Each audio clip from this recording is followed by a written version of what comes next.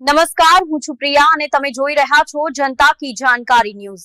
નજર કરીએ આજના સમાચાર ઉપર। શાપરમાં આવેલ મામા સાહેબ મંદિરે 12મો ખોડિયાર માતાજીનો પાટોત્સવ યોજાયો।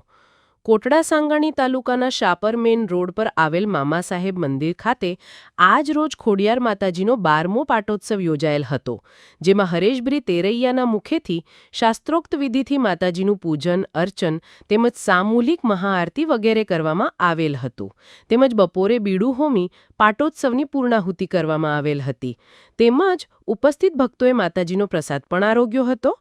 તેમજ આ તકે પંકજભાઈ અલ્ટ્રાકેટ કેબલ, રમેશભાઈ માકડિયા, દિનેશભાઈ કરમૂળ, માન સ્ટીલ પરેશભાઈ રાજભાણો સહિતના ભાવિક ભક્તો ઉપસ્થિત રહ્યા હતા। રિપોર્ટર પંકજ ટીલાવત, શાપર વેરાવળ, રાજકોટ।